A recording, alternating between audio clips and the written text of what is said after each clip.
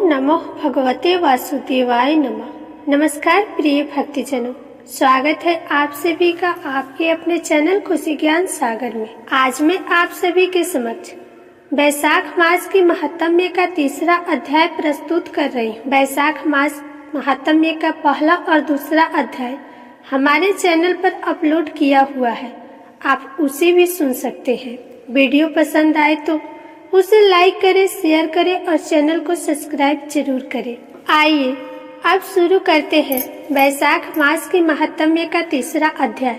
इसमें वैशाख स्नान से 5 प्रेतों का उद्धार तथा पाप प्रशमन नामक स्रोत का वर्णन है। राजा अम्बरीश ने नारद मुनि से बोले, मुनि, जिसके चिंतन मात्र से पाप राशि का लय हो जाता है, उस पाप प्रशमन नामक स्रोत को मैं भी सुनना चाहता हूँ। आज मैं धन्य हूँ, अनुग्रहित हूँ। आपने मुझे उस शुभ विधि का श्रवण कराया जिसके सुनने मात्र से पापों का क्षय हो जाता है। वैशाख मास में जो भगवान केशव के कल्याणमय नामों का कीर्तन किया जाता है, उसी को मैं संसार में सबसे बड़ा पुण्य, पवित्र, मनोरम तथा एकमात्र सुकृत से ही सुलभ होने वाला शुभ कर्म मानता हूँ। अहो, जो लोग माधव मास में भगवान मधुसूदन के नामों का स्मरण करते हैं, वे धन्य हैं। अतः यदि आप उचित समझे तो पुनः माधव मास की ही पवित्र कथा मुझे सुनाइए। सूत जी कहते हैं, राजाओं में श्रेष्ठ हरि भक्त अम्बरीश का यह वचन सुनकर नारद मुनि को बड़ी प्रसन्नता हुई। यद्यपि वे वैशाख स्नान के लिए जाने को उत्कंठित थे, तथापि सत्संग में आनंद आने के कारण रुक गए और राजा से बोले।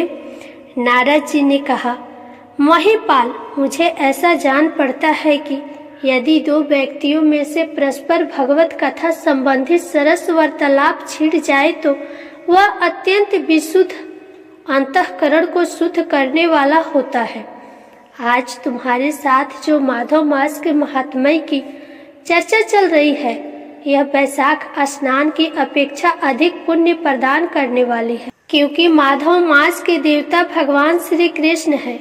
अतः उसका कीर्तन भगवान का ही कीर्तन है। जिसका जीवन धर्म के लिए और धर्म भगवान की प्रसन्नता के लिए है तथा जो रातों दिन पुण्य पार्जन में ही लगा रहता है, उसी को इस पृथ्वी पर मैं वैष्णव मानता हूँ।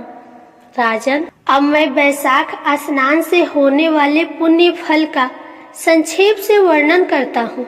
विस्तार के साथ सारा वर्णन तो मेरे पिता ब्रह्मा जी भी नहीं कर सकते। वैशाख मास में डुबकी लगाने मात्र से समस्त पाप छूट जाते हैं। पूर्व काल की बात है, कोई मुनीश्वर तीर्थ यात्रा के प्रसंग से सर्वत्र घूम रहे थे। उनका नाम था मुनि शर्मा। वे बड़े धर्मात्मा, सत्यवादी, पवित्र तथा सम, दम एवं शांति धर्म से युक्त थे। वे प्रतिदिन पितरों का तर्पण और श्राद्ध करते थे। उन्हें वेदों और स्मृतियों के विधानों का सम्यक ज्ञान था। वे मधुर वाणी बोलते और भगवान का पूजन करते थे। वैष्णवों के संसर्ग में ही उनका समय व्यतीत होता था।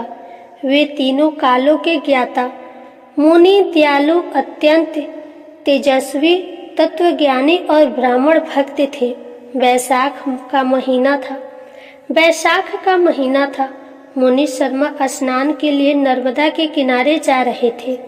उसी समय उन्होंने अपने सामने 5 पुरुषों को देखा जो भारी दुर्गति में फंसे हुए थे। वे अभी अभी एक दूसरे से मिले थे। उनके शरीर का रंग काला था। वे एक बरगद की छाया में बैठे थे और पापों के कारण उद्विग्न होकर चारों ओर दृष्टिपात कर रहे थे। उन्हें देखकर द्विजर मुनि शर्मा बड़े विस्मय में पड़े और सोचने लगे, इस भयानक वन में ये मनुष्य कहाँ से आए? इनकी चेष्टा बड़ी दयनीय है, किंतु इनका आकार बड़ा भयंकर दिखाई देता है। ये पाप भागी चोर तो नहीं है। विप्रवर मुनि शर्मा की बुद्धि बड़ी स्थिर थी। वे जो ही इस प्रकार विचार करने लगे, उसी समय उपयुक्त पांचों पुरुष उनके पास आए और हाथ जोड़कर मुनि शर्मा से बोले। उन पुरुषों ने कहा, विप्रवर, हमें आप कल्याणमय पुरुषोत्तम जान पड़ते हैं। हम दुखी जीव हैं, अपना दुख विचार कर आपको बताना चाहते हैं। द्विजराज, आप कृपा करके हमारी कष्ट कथा सुने। देववश जिनके पाप प्रकट हो गए हैं, उन दीन दुखी प्राणियों के आधार आप जैसे संत महात्मा ही हैं। साधु पुरुष अपनी दृष्टि मात्र से पीड़ितों की पीड़ाएं हर लेते हैं। अब उनमें से एक ने सबका परिचय देना आरंभ किया। मैं पांचाल देश का क्षत्रिय हूँ। मेरा नाम नरवाहन है। मैंने मार्ग में मोहवश बाण द्वारा एक ब्राह्मण की हत्या कर डाली। मुझसे ब्रह्म हत्या का पाप हो गया है, इसलिए शिखा सूत्र और तिलक से रहित होकर इस पृथ्वी पर घूम रहा हूँ और सबसे कहता फिरता हूँ कि मैं ब्रह्म हत्यारा हूँ। मुझ महापापी ब्रह्मघाती को आप कृपा की भिक्षा दे। इस दशा में पड़े पड़े मुझे 1 वर्ष बीत गया। मैं पाप से जल रहा हूँ। मेरा चित्त शोक से व्याकुल है तथा ये जो सामने दिखाई देते हैं, इनका नाम चंद्र शर्मा है। ये जाति के ब्राह्मण हैं। इन्होंने मोह से मलिन होकर गुरु का वध किया है। मगध देश के निवासी है। इनके स्वजनों ने इनका परित्याग कर दिया है। ये भी घूमते घामते दैवात यहाँ आ पहुँचे हैं। इनके भी न शिखा है न सूत्र। ब्राह्मण का कोई भी चिन्ह इनके शरीर में नहीं रहा है। ब्राह्मण का कोई भी चिन्ह इनके शरीर में नहीं रह गया है। इनके सिवा जो ये तीसरे व्यक्ति हैं, इनका नाम देव शर्मा है। स्वामी, ये भी बड़े कष्ट में हैं। ये भी जाति के ब्राह्मण हैं, किंतु मोहवश वैश्या की आसक्ति में फंसकर शराबी हो गए थे। इन्होंने भी पूछने पर अपना सारा हाल सच सच का सुनाया है। अपने प्रथम पाप चारों को याद करके इनके हृदय में बड़ा संताप होता है। ये सदा मन अस्ताप से पीड़ित रहते हैं।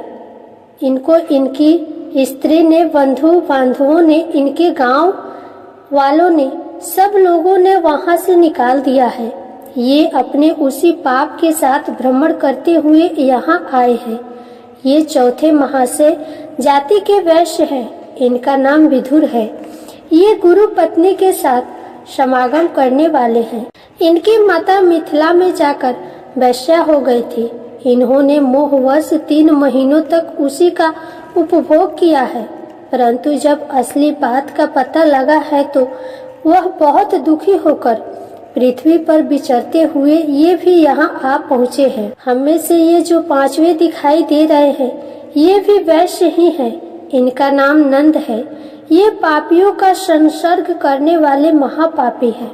इन्होंने प्रतिदिन धन के लालच में पड़कर बहुत चोरी की है। पातकों से आक्रांत हो जाने पर इन्होंने स्वजनों को त्याग दिया है। तब ये स्वयं भी खिन्न होकर दैवात यहाँ आ पहुँचे हैं।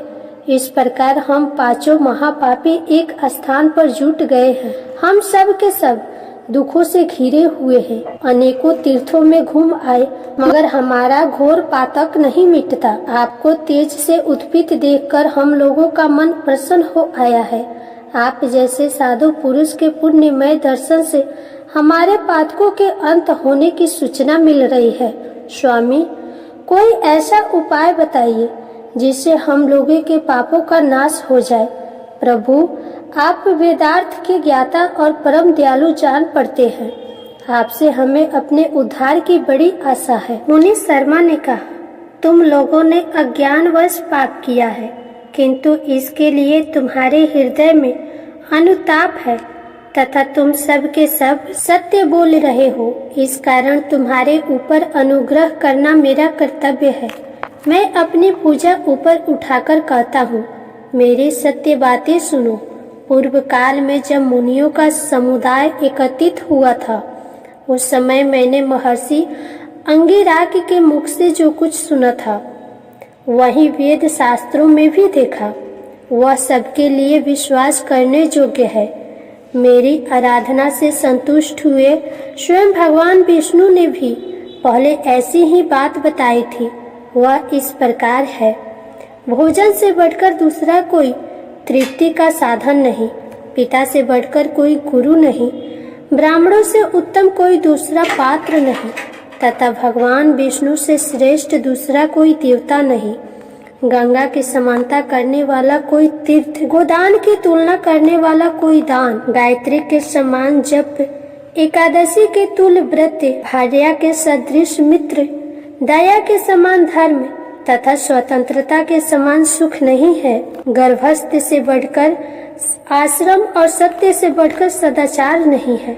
इस प्रकार संतोष के समान सुख और वैशाख मास के समान महापापों का अपहरण करने वाला दूसरा कोई मास नहीं है। वैशाख मास भगवान मधुसूदन को बहुत प्रिय है। गंगा आदि तीर्थों में तो वैशाख स्नान का सुयोग अत्यंत दुर्लभ है। उस समय गंगा, यमुना तथा नर्मदा की प्राप्ति कठिन होती है। जो शुद्ध हृदय वाला मनुष्य भगवान के भजन में तत्पर हो पूरे वैशाख भर प्रातः काल स्नान करता है, वह सब पापों से मुक्त होकर परम गति को प्राप्त होता है। इसलिए पुण्यों के सारभूत इस वैशाख मास में तुम सभी पातकी मेरे साथ नर्मदा तट पर चलो और उसमें गोते लगाओ। नर्मदा के जल का मुनि लोग भी सेवन करते हैं। वह समस्त पापों के भय का नाश करने वाला है। मुनि के यूं कहने पर वे सभी पापी उनके साथ अद्भुत पुण्य प्रदान करने वाली नर्मदा की प्रशंसा करते हुए उसके तट पर गए। किनारे पहुंचकर ब्राह्मण श्रेष्ठ मुनि शर्मा का चित्त प्रसन्न हो गया। उन्होंने वेदोक्त विधि के अनुसार नर्मदा के जल में प्रातः स्नान किया। उपयुक्त पांचों पापियों ने भी ब्राह्मण के कहने से ज्यों ही नर्मदा में डुबकी लगाई, त्यों ही उनके शरीर का रंग बदल गया। वे तत्काल सुवर्ण के समान कांतिमान हो गए। फिर मुनि शर्मा ने सब लोगों के सामने उन्हें पाप प्रमोशन नामक स्तोत्र सुनाया। भोपाल, अब तुम पाप प्रमोशन नामक स्तोत्र सुनो। इसका भक्ति पूर्वक श्रवण करके भी मनुष्य पाप राशि से मुक्त हो जाता है। इसके चिंतन मात्र से बहुत से पापी शुद्ध हो चुके हैं। इसके सिवा और से भी बहुत मनुष्य इस स्तोत्र का सहारा लेकर अज्ञान जनित पापों से मुक्त हो गए हैं। जब मनुष्यों का चित्त पराई स्त्री, पराये धन तथा जीव हिंसा आदि की ओर जाए तो इस प्रायश्चित रूपा स्तुति का शरण लेनी चाहिए। अब मैं आपके समक्ष इस स्तुति के अर्थ का वर्णन करूंगी। तो पहले श्लोक का अर्थ है, संपूर्ण विश्व में व्यापक भगवान श्री विष्णु को सर्वदा नमस्कार है। विष्णु को बारंबार प्रणाम है। मैं अपने चित्त में विराजमान विष्णु को नमस्कार करता हूँ।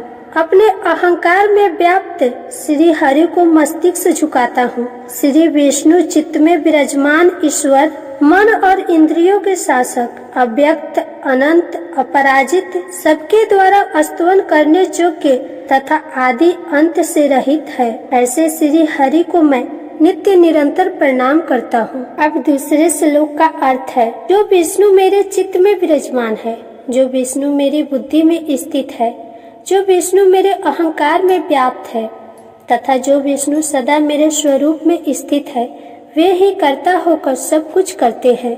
उन विष्णु भगवान का चिंतन करने पर चराचर पापियों का सारा पाप नष्ट हो जाता है। अब तीसरे श्लोक का अर्थ है, जो ध्यान करने और स्वप्न में दिख जाने पर भी पापियों का पाप हर लेते हैं तथा चरणों में पड़े हुए शरणागत भक्त जिनके अत्यंत प्रिय है, उन वामन रूपधारी भगवान श्री विष्णु को नमस्कार करता हूँ। अब चौथे श्लोक का अर्थ है, जो अजन्मा अक्षर और अविनाशी है तथा इस अवलंब शून्य संसार में हाथ का सहारा देने वाले हैं, स्तोत्रों द्वारा जिनकी स्तुति की जाती है, उन सनातन विष्णुओं को मैं प्रणाम करता हूँ। अब पांचवें श्लोक का अर्थ है, हे सर्वेश्वर, हे ईश्वर, हे व्यापक परमात्मन, हे अछोध्वज, हे इंद्रियों का शासन करने वाले अंतर्यामी ऋषिकेश, आपको बारंबार नमस्कार है। छठे श्लोक का अर्थ है, हे नृसिंह, हे अनंत, हे गोविंद, हे भूत भावन,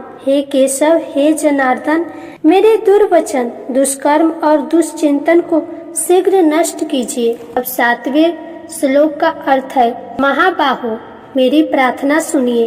अपने चित्त के वश में होकर मैंने जो कुछ बुरा चिंतन किया हो उसको शांत कर दीजिए। अब 8वें श्लोक का अर्थ सुनिए। ब्राह्मणों का हित साधन करने वाले देवता गोविंद, परमार्थ में तत्पर रहने वाले जनार्दन, जगत को धारण करने वाले अच्युत देव, मेरे पापों का नाश कीजिए। अब 9वें श्लोक का अर्थ है, मैंने पूर्वाहन, सयाहन, मध्याहन तथा रात्रि के समय शरीर, मन और वाणी के द्वारा जानकर या अनजाने में जो कुछ पाप किया हो वह सब श्री हरि केश, पुंडरीकाक्ष और माधव, इन तीनों नामों के उच्चारण से नष्ट हो जाए। अब 10वें श्लोक का अर्थ है, ऋषिकेश, आपके नाम उच्चारण से मेरा शरीर पाप नष्ट हो जाए। पुंडरीकाक्ष, आपके स्मरण से मेरा मानस पाप शांत हो जाए।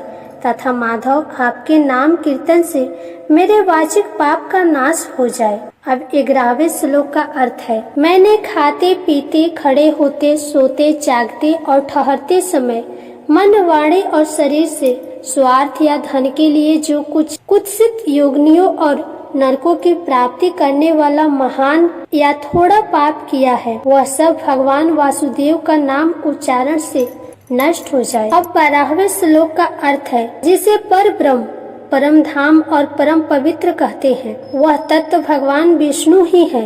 इन श्री विष्णु भगवान का कीर्तन करने से मेरे जो भी पाप हो नष्ट हो जाए।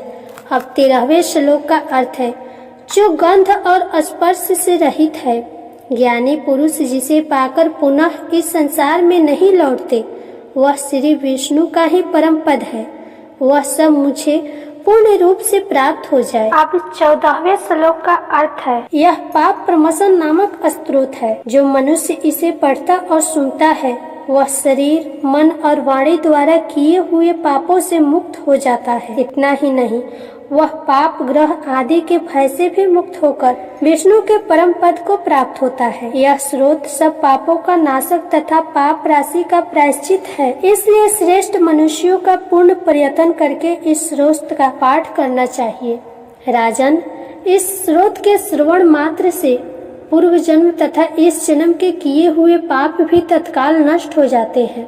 यह स्रोत पाप रूपी वृक्ष के लिए कुठार और पापमय ईंधन के लिए द्वानल है। पाप राशि रूपी अंधकार समूह का नाश करने के लिए यह स्रोत सूर्य के समान है।